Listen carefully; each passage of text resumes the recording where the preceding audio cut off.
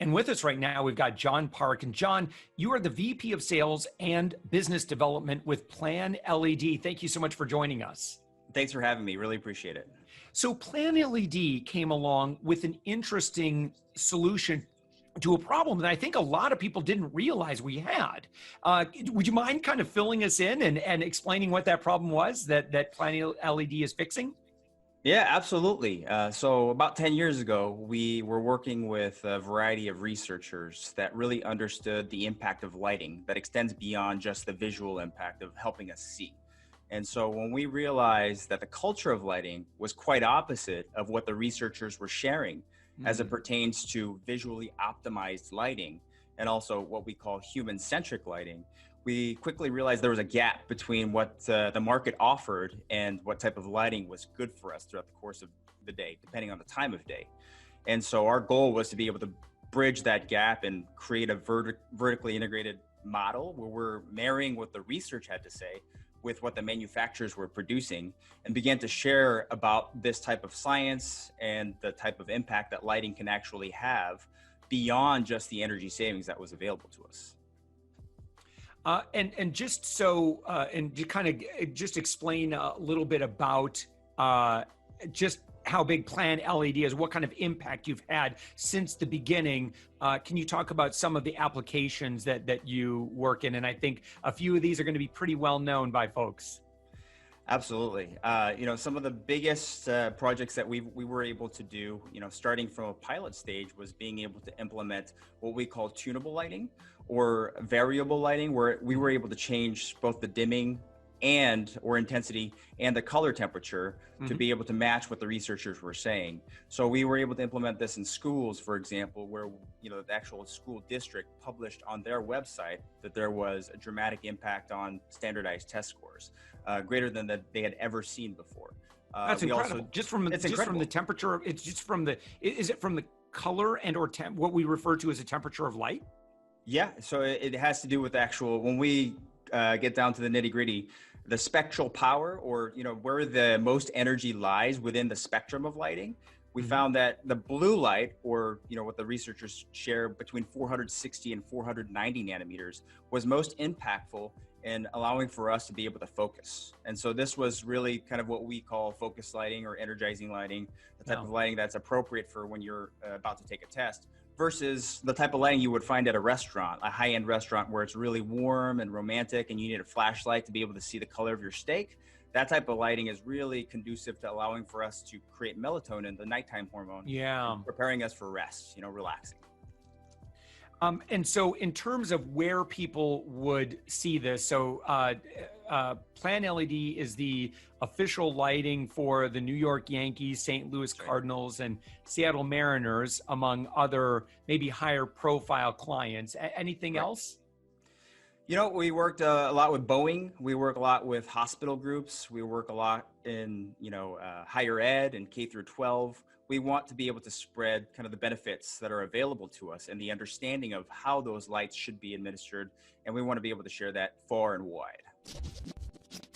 All right. So, so let's say that someone's listening to this and they say, okay, so John's talking some science here. I don't have PlanLED in my home office, but what are some best practices? I mean, if we just want to take advantage of the science, is it simply using more blue light in the earlier times of day, and at some time we just kind of warm up the temperature then?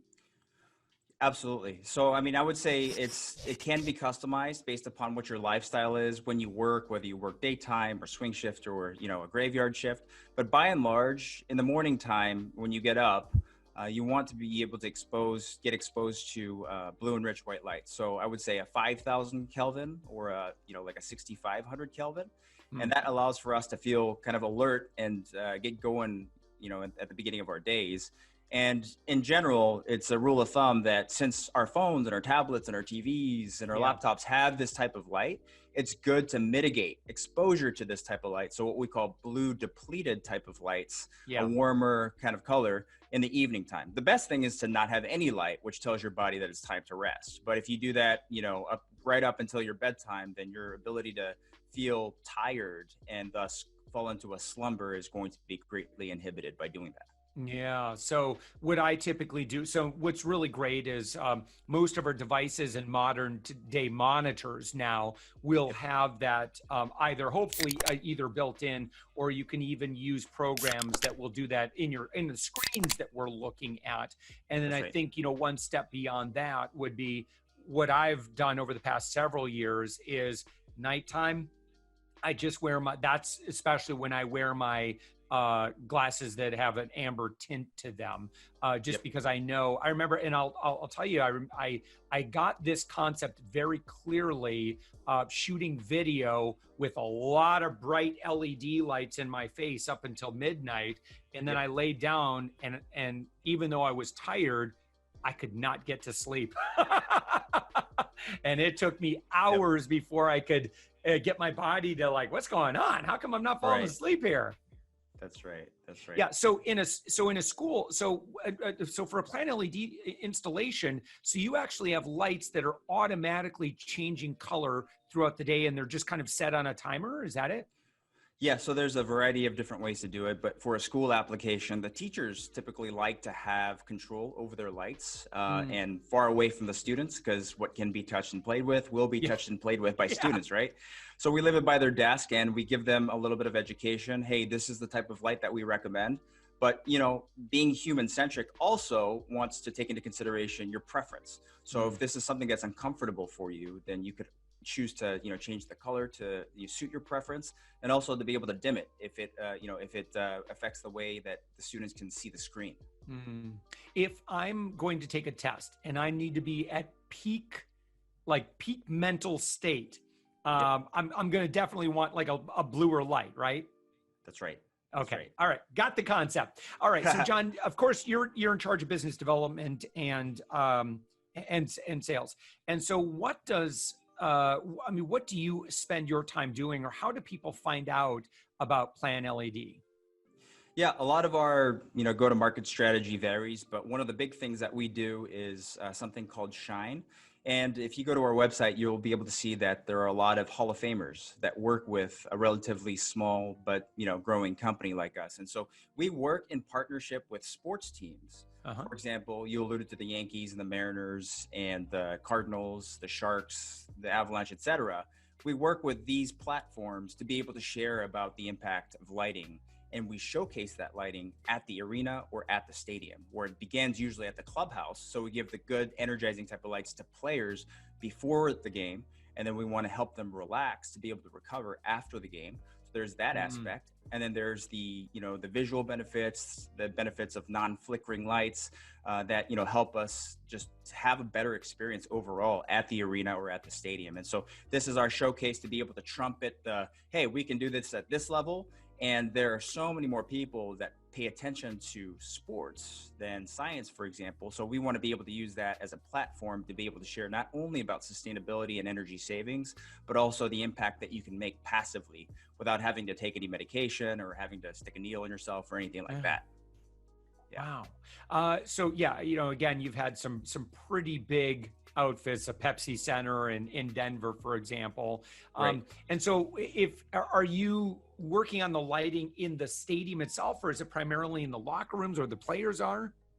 Or both. So the Okay. Pepsi Center is a perfect example. The locker room, obviously, we talked about how we would be able to use that effectively for athletes, a multi-million-dollar asset to any team. So being able to offer that type of advantage is something that's huge, right, in that application. But also, for example, the NBA has a different color preference purely based on the aesthetic than the NHL does, and a lot of teams have both an NHL and an NBA team. So we offer that color tunability within the sports lighting so that the ice can look extremely and exquisitely white and sparkling for the NHL, and warm and bringing out those reddish, orangish, brownish hues and accentuating that for the NBA. So it's a little bit different application there too. And all these things as a consumer, you don't even notice maybe, or you don't consciously notice. what's going on. You're just like, wow, it's just so bright down there where all the action is. Right. And that's exactly all, someone is engineering the heck out of that. right. There's a rhyme and a reason to it. And, Yeah. I think you're absolutely correct where people can walk into a building and just say, hey, this doesn't feel good. I don't know why. It just does. It feels dingy or something like that when it comes to an old building. Yeah. But when it comes down to being able to explain and articulate the reasoning behind it, that's the part that's, takes a little bit of work and, science to be able to, corroborate everything that we're talking about. I wonder if casinos want to get in on this action. Oh, they've been in on this for a long time. I bet. They want you to be fully maximally alert. They can take it to the next level with the oxygen and all that kind of stuff. But yeah, they want you to be alert and happy and engaged. Yeah. John, how important is, so if you're within a specific industry, who are you typically targeting and how do you get in front of them for like new sales, new clients? Yeah, I mean, a lot of times because we really want to improve human life. That's the core pillar of what we're doing. So when we talk to an executive, in human resources, for example, or an executive of the facilities or operations side, we don't talk about the energy savings because that's something that's generally understood in the market. We talk to them about the human-centric aspects of things and how we can, if anything, just improve how it feels in there, in general. And so that starts to take a broader vantage point about how lighting can influence, impact, your organization in terms of how your employees feel, productivity-wise, absenteeism, presenteeism, a lot of these different things that there's, the peer-reviewed research to be able to support everything that we're talking about in terms of how someone feels really impacts their productivity and at the end of the day, whether or not they're looking for something else. So I would imagine just, putting out thought leadership on this is probably pretty helpful, or being, continuing to provide education to potential clients would probably work out pretty well. Have you done that type of work? Are you producing content? And if so, like, what are you doing to make sure that you're, the person who's going to sign that check is consuming that content? Absolutely. So, I mean, our big thing is we only have so much reach, in the general market space. And so we are working with the researchers, the thought leaders, the guys, those guys are putting on, seminars, speaking at symposiums, at conferences.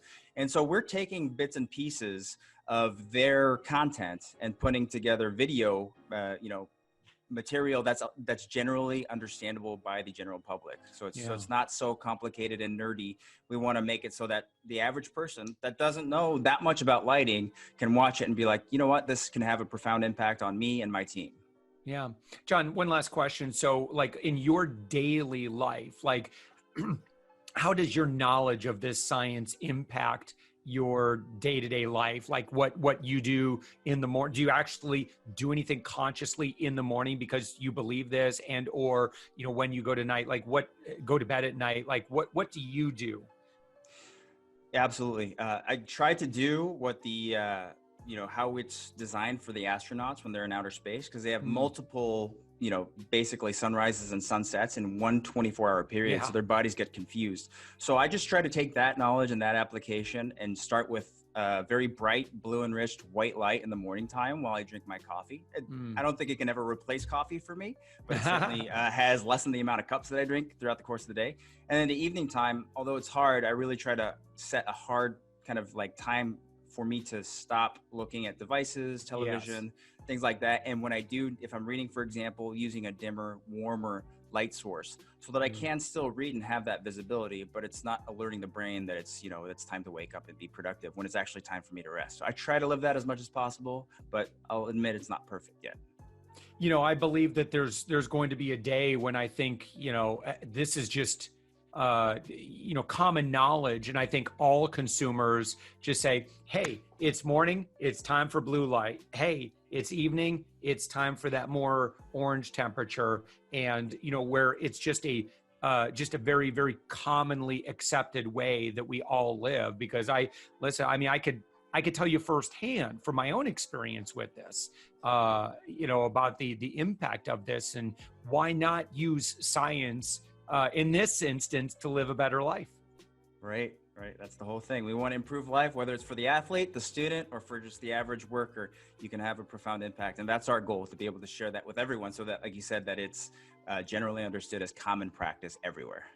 Excellent. Well, John Park, you are the VP of Sales and Business Development for PlanLED, and you're on the web at planled.com. Thank you so much for joining us. Hey, really appreciate you having me.